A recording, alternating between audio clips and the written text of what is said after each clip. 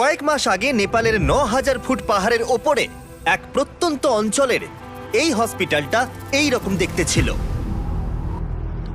প্রত্যন্ত অঞ্চল হওয়ায় এখানে কোনো ইলেকট্রিসিটি ছিল না, তার মানে স্থানীয় ডাক্তারদের চিকিৎসার সরঞ্জাম ব্যবহারের সুযোগ ছিল না, এবং মাঝে মাঝে অন্ধকারের মধ্যেই জটিল অস্ত্রোপচার করতে হতো একটা ফ্ল্যাশ লাইট আর সাধারণ কিছু সরঞ্জামের সাহায্যে। এদের যদি উন্নত চিকিৎসার প্রয়োজন হয় তাহলে তাদেরকে কয়েক ঘন্টা হেঁটে অন্য জায়গায় যেতে হয়, আর এই সীমাবদ্ধতার ফলে এখানে মৃত্যু আর গর্ভপাতের ঘটনা প্রায় ঘটছে।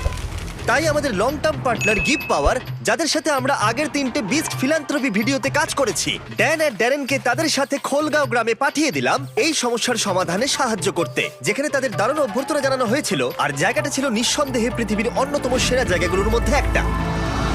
প্রথম দিন সকালে ড্যারেন সঞ্জয় নামে একজন স্থানীয় গিভ পাওয়ার ইঞ্জিনিয়ারের সাথে দেখা করলো, যে নীরা সম্পর্কে একটা মর্মান্তিক গল্প বলেছিল। নীরা গ্রামের একজন মহিলা যে তার বাচ্চাকে হারিয়েছিল প্রচন্ড ঠান্ডার জন্য এবং উপযুক্ত চিকিৎসা সুবিধা ও সরঞ্জামের অভাবের কারণে। ওকে বর্ষার রাস্তায় সবচেয়ে কাছের বার্থিং সেন্টারের মধ্যে যেতে হতো, কিন্তু সেটাও অনেকটা দূরে থাকায় ও বার্থিং সেন্টারে পৌঁছতে পারেনি আর শিশুটাকে হারাতে হয়েছিল। আর সরকারি টাকার অভাবের জন্য এই হাসপাতালটা অন্তত 2030 সালের আগে পর্যন্ত বিদ্যুৎ পাবে না। হসপিটালে যদি বার্থিং ফেসিলিটি থাকতো তাহলে ওর ক্ষেত্রে পুরো সিচুয়েশনটাই বদলে যেত। ড্যারেন জানতো এটাকে আটকাবার জন্য আমাদের দ্রুত কাজ করতে হবে, তাই সেই গ্রিন প্রোগ্রামের প্রতিষ্ঠাতা মালেসের সাথে দেখা করেছিল, যে অনেক ছাত্র এবং স্বেচ্ছাসেবকদের নিয়ে এই প্রজেক্টটা শেষ করতে এগিয়ে এসেছিল। আমি যখন ছোট ছিলাম তখন মালয়েশিয়াতে আমার ফ্যামিলির সাথে দেখা করতাম। তখন প্রথম আমি সমুদ্র পাহাড় দেখেছিলাম, আর তখনই আমি এটা বুঝতে পারলাম যে যদি আমরা মানুষকে এই প্রকৃতির সৌন্দর্য দেখার একটা সুযোগ করে দিতে পারি তাহলে নিশ্চয়ই তারা এই পৃথিবী এবং প্রকৃতির যত্ন নেবে। তাই আমরা পুরো বিশ্ব থেকে ছাত্রছাত্রীদের নিয়েছি যারা এই ব্যাপারে ভাবে এবং কিছু করতে চায়, এবং যাতে আমাদের ভবিষ্যৎ প্রজন্মের কোনো অসুবিধায় না হয় তাই আমরা এই পদক্ষেপ নিয়েছি যাতে এই বিশ্বটা আরো অনেক অনেক সুন্দর হয়ে ওঠে। সঞ্জয় এবং মেলিসার সাথে দেখা করার পরে ড্যারেন খুবই উৎসাহিত হয়ে কাজটা শুরু করে দিয়েছিল, সোলার প্যানেল এবং ব্যাটারি ইনস্টল করে হসপিটালে বিদ্যুৎ আনতে, তার সাথে এই সম্প্রদায়ের জন্য আধুনিক সরঞ্জামের ব্যবস্থা করতে, যাতে এটা একটা আধুনিক বার্থ সেন্টার হয়ে ওঠে। ঠিক আছে, আমরা প্রথম দিনের জন্য প্রস্তুত। 3, 2, 1 বিস্ট ফিলান্থ্রপি! টিমের সবাই এই কাজটার জন্য খুবই এক্সাইটেড ছিল। নিচের দিকটা ঘুরতে হবে। দারুণ! প্রথম দিনের শেষে টিম খোঁড়াখুড়ি এবং সমস্ত ওয়্যারিং শেষ করে ফেললো। আমি সত্যি এদের অস্বীকার করতে পারি না, কারণ এই গ্রামের মানুষদের মধ্যে কিছু একটা আছে। তাদের সভ্যতা, তাদের বন্ধুত্ব, তাদের মেলামেশা আমাকে মাত্র কয়েক দিনের মধ্যেই তাদের পরিবারের অংশ করে তুলেছে। এটা খুবই আনন্দের। আমরা যখন এই বাড়ির সামনে দিয়ে হেঁটে যাচ্ছিলাম, কেউ একজন দৌড়ে ভেতরে ঢুকলো এবং সে ভেতরে আগুন জ্বালালো এবং ধোঁয়া বেরোতে শুরু হলো। আমরা জানতে পারলাম যে সে আসলে চা বানাচ্ছে। এটি আদা সহ হিমালয়ান ব্ল্যাক টি, আর এটা আমার জীবনের সেরা চা। এই লোকেরা সত্যি খুবই সরল এবং এরা মানুষকে ভালোবাসতে জানে। আমরা যেখানেই যাচ্ছি এরা আমাদের ভালোবাসছে। তারা আক্ষরিক অর্থেই আমাদের বাড়িগুলো খুলে দিয়েছে এবং বাড়ির ভেতরে আমাদের একটা বেডরুমও দিয়েছে যেখানে আমি আর ড্যান আরাম করে থাকতে পারি। কিন্তু কনস্ট্রাকশন শুরু হবার কিছুক্ষণ পরেই ড্যানের শরীরটা খারাপ করলো। আমি খুব অসুস্থ হয়ে পড়েছি, আমাকে চেক আউটের জন্য তাড়াতাড়ি স্থানীয় কোনো ডাক্তারের কাছে যেতে হবে।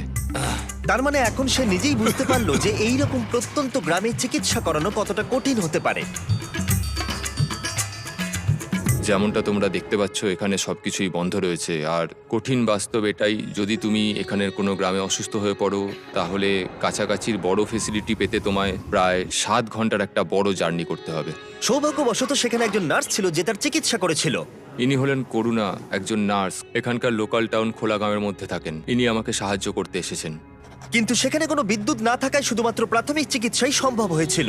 সে ধরে নিল যে ড্যানের হয়েছিল গাটি। হ্যাঁ, আমার গাটি হয়েছে।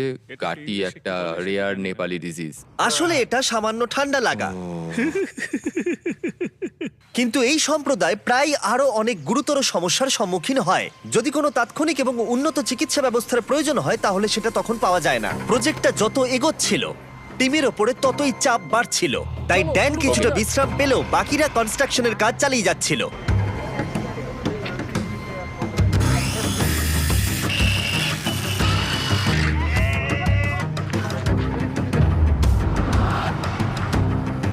যেহেতু এখন সাপোর্টিং স্ট্রাকচার তৈরি হয়ে গেছিল, তাই আমরা সোলার প্যানেল ইনস্টল করতে শুরু করলাম।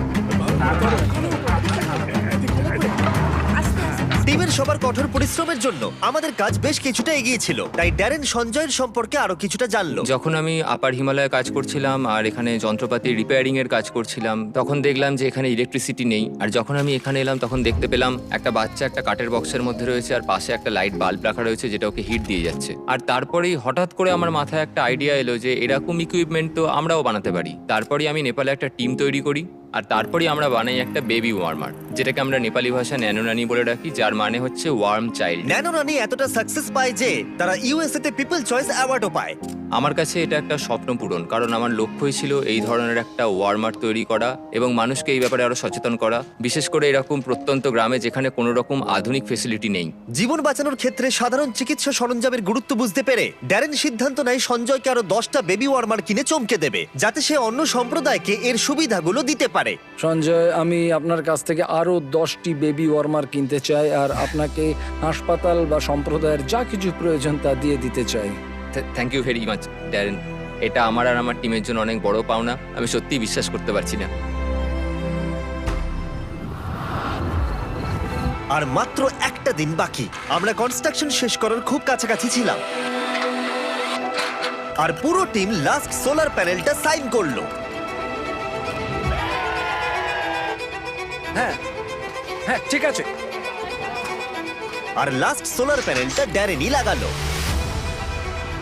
আমরা একসাথে একটা বিদ্যুৎবিহীন ভাঙা বিল্ডিংকে একটি সম্পূর্ণ চালু হাসপাতালে পরিণত করেছি, যা এই সম্প্রদায়ের 16,000-এরও বেশি মানুষকে পরিষেবা দেবে। আমি সত্যি অনেক কৃতজ্ঞ যে আমরা এখানে আসতে পেরেছি আর এদেরকে একটা উপহার দিতে পেরেছি, যা আগামী প্রজন্মের কাছে, এই মানুষজনদের কাছে একটা অর্থবহ প্রাপ্তি হয়ে থাকবে। এখন রাত ঘনিয়ে আসছে আর এদেরকে অবাক করার সময় এগিয়ে আসছে, তাই আমি আর অপেক্ষা করতে পারছি না। প্রথমবারের মতো আলো জ্বালানোর সাক্ষী হতে পুরো গ্রাম হাসপাতালে এসেছিল।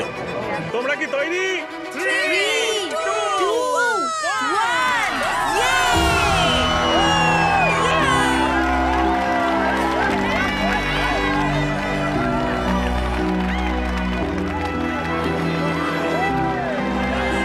একটি সম্প্রদায় জীবনে প্রথমবার বিদ্যুৎ দেখলো, এটি দেখা যে কি সৌভাগ্যের ব্যাপার তা আমি আজকে অনুভব করলাম। পরের দিন সকালে নীরাকে হাসপাতালে সঞ্জয় আমন্ত্রণ জানালো, যাতে সে তাকে বেবি ওয়ার্মার সহ সমস্ত ইকুইপমেন্টগুলো দেখাতে পারে। এখন ও খুবই আশাবাদী যে ওর সাথে যা ঘটেছে তার কারোর সাথেই ঘটবে না, আর এখানে বার্থিং ফেসিলিটির জন্য ও খুবই খুশি এবং কৃতজ্ঞ। নমস্কার। লাস্ট সারপ্রাইজ দেওয়ার আগে আমি এই ভিডিওর স্পন্সরকে ধন্যবাদ জানাতে চাই। পৃথিবীর সবথেকে ভালো খাবার এই ফিস্টেবল নয়, কেলগস, শুধু এই সময়ের জন্য, কারণ তারা আমাদেরকে সাহায্য করছে। আজ থেকে 31শে জুন 2024 পর্যন্ত কেলগস মাইনক্রাফটের সাথে টিম আপ করেছে তোমাদের free exclusive character creator item দিতে। ঠিক এইরকম ক্যামেল হ্যাট, অ্যাক্সলট হ্যাট আর একটা চেরি ব্লসম ড্রেস। এগুলো তুমি তখনই পাবে যখন তুমি কেলগসের স্পেশাল মার্ক বক্সগুলো কিনবে। ঠিক এইরকম Kellogg's Froot Loops, Frosted Flakes, Apple Jacks আর কর্ন পপস।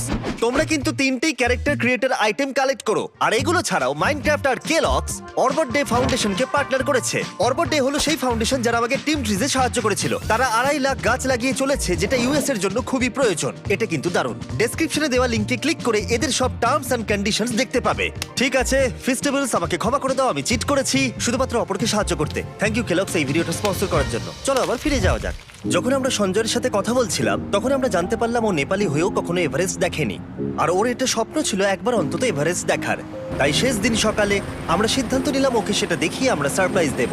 আমরা এভারেস্টের এত কাছাকাছি আছি আর সেটা দেখতে না যাওয়াটা দুর্ভাগ্য। আমরা সঞ্জয়কে হেলিকপ্টার যতদূর যেতে পারবে এভারেস্টের সেই উচ্চতায় নিয়ে গেলাম। সেখানে অক্সিজেন খুবই কম থাকায় ড্যান আর সঞ্জয় মাত্র 2 মিনিট থাকার অনুমতি পেল, না হলে তাদের অক্সিজেনের অভাবে হাইপক্সিয়া হয়ে যেত। ড্যারেন আর আমি এখন পৃথিবীর সর্বোচ্চ পয়েন্টে একসঙ্গে রয়েছি। আমি এটা বিশ্বাসই করতে পারছি না। এভারেস্ট দেখে সঞ্জয় আবেগে হাঁটু গেড়ে বসে পড়েছিল। এটা অসাধারণ। আমার স্বপ্ন ছিল এখানে আসার আর এভারেস্টকে দেখার। আরো একবার আমি ধন্যবাদ জানাতে চাই গিফট পাওয়ার এবং গ্রিন প্রোগ্রামকে এই প্রজেক্টটাকে সফল করে তোলবার জন্য। স্বাভাবিকভাবে এই প্রজেক্টগুলোর মধ্যে অনেক কিছু থাকে, তাই এগুলো সম্পর্কে আরো কিছু জানতে চাইলে ড্যান কিছু বিহাইন্ড দ্য সিন ভিডিও বানিয়েছে। তোমরা ডেসক্রিপশনের লিংকে ক্লিক করে সেগুলো দেখতে পাবে। এখন আমি দেখাবো তোমাদের বিস্ট ফিলান্থ্রপির বিহাইন্ড দ্য সিন। এনজয়। হাততালি দাও, আমরা শেষ করেছি। আমি দেখেছি তোমরা অনেক অন্যান্য ভিডিওতে ক্লিক করো, তাই আমি যতক্ষণ কথা বলবো এখানে বেরোলে ভিডিওটা চলবে, যাতে তোমরা আমার কথাগুলোকে শোনো। আমরা যা অ্যাড রেভিনিউ পাই আর এই ভিডিওগুলোর ক্ষেত্রে আমরা যা ইনকাম করি পুরোটাই বিচ ফিলান্থ্রপিতে যায়। তাই সবসময় ভিডিওগুলো দেখো যাতে আমরা মানুষদের সাহায্য করতে পারি। তাই যাও অন্য ভিডিওগুলো দেখো আর এক্ষুনি সাবস্ক্রাইব করো, না হলে তোমরা অপরকে সাহায্য করতে চাও না।